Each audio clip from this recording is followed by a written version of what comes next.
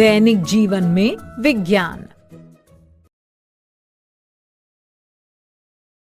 इस वीडियो में परंपरागत एवं वर्तमान परिप्रेक्ष्य में विभिन्न क्षेत्रों में विज्ञान की भूमिका और अंतर, भारतीय अंतरिक्ष अनुसंधान संस्थान इसरो की कार्यप्रणाली, कुछ महान भारतीय वैज्ञानिकों के नाम, विज्ञान के दुरुपयोग से उत्पन्न होने वाले दुष्प्रभाव,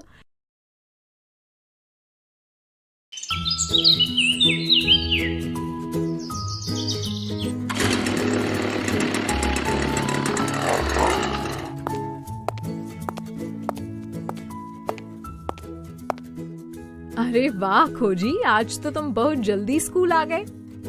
हाँ दीदी, मैं आज अपनी नई साइकिल से आया हूँ, इसीलिए स्कूल जल्दी पहुँच गया। नमस्ते दीदी, देखिए हम अपनी साइकिल से कितनी जल्दी स्कूल आ गए। हाँ, ये तो है सवाली। बच्चों, ये सब विज्ञान की देन है, जिसके कारण अब हम अपने कामों को सरलता पूर्वक और कम समय में पूरा कर लेते हैं। सच्ची दीदी? हाँ खोजी, चलो आज यही समझाती हूँ कि विज्ञान ने कैसे हमारे पुराने तौर तरीकों यानी कि परंपरागत कार्य करने की विधि को बदलकर आज के समय में कितना आसान बना दिया है। हाँ दीदी, बताइए।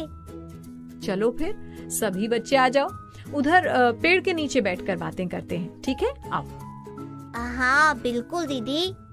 खोजी, जब तुम पैदल स्कूल आते हो तो तुम्हें कितना समय लगता है? दीदी, पैदल स्कूल आने में तो बहुत समय लगता है। लेकिन जब आज तुम साइकिल से स्कूल आए तो झट से पहुंच गए ना। इसी प्रकार पहले के समय में लोग लंबी लंबी यात्राएं बैलगाड़ी, घोड़ा गाड़ी या पैदल किया करते थे, जिसमें बहुत अधिक समय लगता था। लेकिन आज वर्तमान समय में यात्रा करने के लिए हमारे पास साइकिल, मोटरसाइकिल, बस, ट्रेन, कार, हवाई जहाज जैसे कई और संसाधन मौजूद हैं, जिनके उपयोग से हम अपनी यात्रा को झटपट पूरा कर पाते हैं। ये सब विज्ञान के कारण ही तो संभव हो पाया है। हाँ दीदी, पिताजी बताते हैं कि पहले खेती बैलों और हल से होती थी, जिसमें बहुत अधिक समय लगता था, लेकिन अब ट्रैक्टर और कई प्रकार के कृषि यंत्रों से सरलता पूर्वक जल्दी हो जाती है। बिल्कुल सही बात है सवाली। पता है बच्चों, पहले जब किसी व्यक्ति की तबीयत खराब होती थी तो उसका परीक्षण सिर्फ नाड़ी देखकर किया जाता था और उस समय जड़ी बूटियों से इलाज किया जाता था, जो कि बहुत अधिक कारगर नहीं होती थी और इंसान के ठीक होने में बहुत ही अधिक समय लगता था। अब देखो, अनेकों प्रकार के परीक्षण जैसे खून की जांच, एक्सरे, अल्ट्रासाउंड आदि से तुरंत पता लगाया जा सकता है कि इंसान को कौन सी बीमारी है और नई नई कारगर दवाओं और स्वास्थ्य उपकरणों से शीघ्र ही बीमारी का इलाज किया जा सकता है। दीदी, माँ बताती है कि पहले जब फोन या मोबाइल नहीं होता था तब लोग अपने दूर के रिश्तेदारों को चिट्ठी लिखते थे, जिसे पहुँचने में कई दिन लग जाते थे। हाँ खोजी, विज्ञान ने शिक्षा के क्षेत्र में भी बहुत से नवाचार किए हैं। पहले के समय में शिक्षा सिर्फ गुरुकुल पद्धति से होती थी और अब कंप्यूटर तथा इंटरनेट के माध्यम से पढ़ाई बहुत ही आसान हो गई है। और तो और हमारे वैज्ञानिकों ने एड्यूसैट नामक शैक्षणिक उपग्रह अंतरिक्ष में भेज दिया है, जिसके माध्यम से हम देश विदेश हो रही पढ़ाई को घर बैठे देख और पढ़ सकते हैं। दीदी, ये उपकरण अंतरिक्ष में भेजे कहाँ से जाते हैं? बच्चों, हमारे भारत में अंतरिक्ष से संबंधी सभी जानकारियां भारतीय अंतरिक्ष अनुसंधान संस्थान देता है, जिसे हम इसरो के नाम से भी जानते हैं। यहीं पर कृत्रिम उपग्रह बनाए और अंतरिक्ष में भेजे जाते हैं। यहीं से चंद्रयान और मंगलयान भी अंतरिक्ष में भेजे गए थे।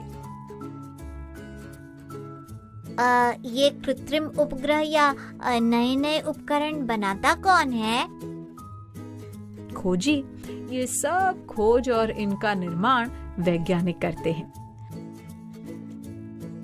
दीदी, हमारे देश में भी वैज्ञानिक होते हैं? हाँ खोजी, Aryabhata, Charaka, Sridharacharya, Sushruta, Jagadish Chandra Bose, S Ramanujan, sir CV Raman, Hargobind Khorana, doctor APJ Abdul Kalam, ये सब हमारे भारतीय वैज्ञानिक हैं। दीदी, डॉक्टर एपीजे अब्दुल कलाम का नाम तो मैंने भी सुना है। बिल्कुल सुना होगा सवाली। इन्होंने कई मिसाइलें बनाई थी और तो और डॉक्टर एपीजे अब्दुल कलाम हमारे देश के राष्ट्रपति भी थे।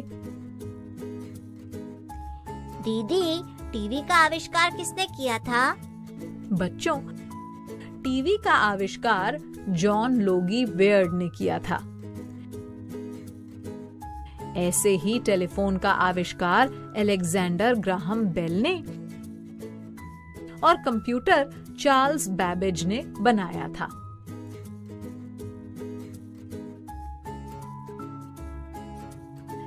दीदी, विज्ञान ने तो सच में हमारे जीवन को बहुत ही सरल और आसान बना दिया है।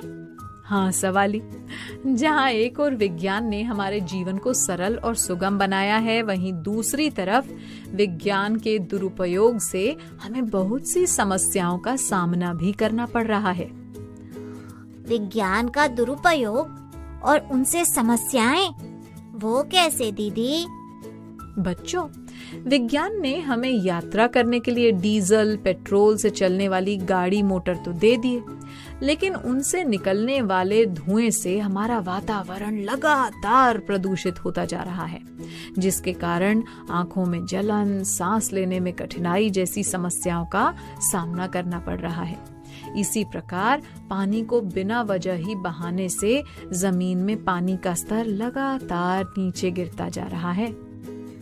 दीदी, ऐसे तो हमारे आसपास फैले पॉलीथीन और अनेकों प्रकार की गंदगी से भी तो बहुत सी बीमारियां होती हैं। हाँ सवाली, इसीलिए सरकार ने अब पॉलीथीन के प्रयोग पर रोक लगा दी है।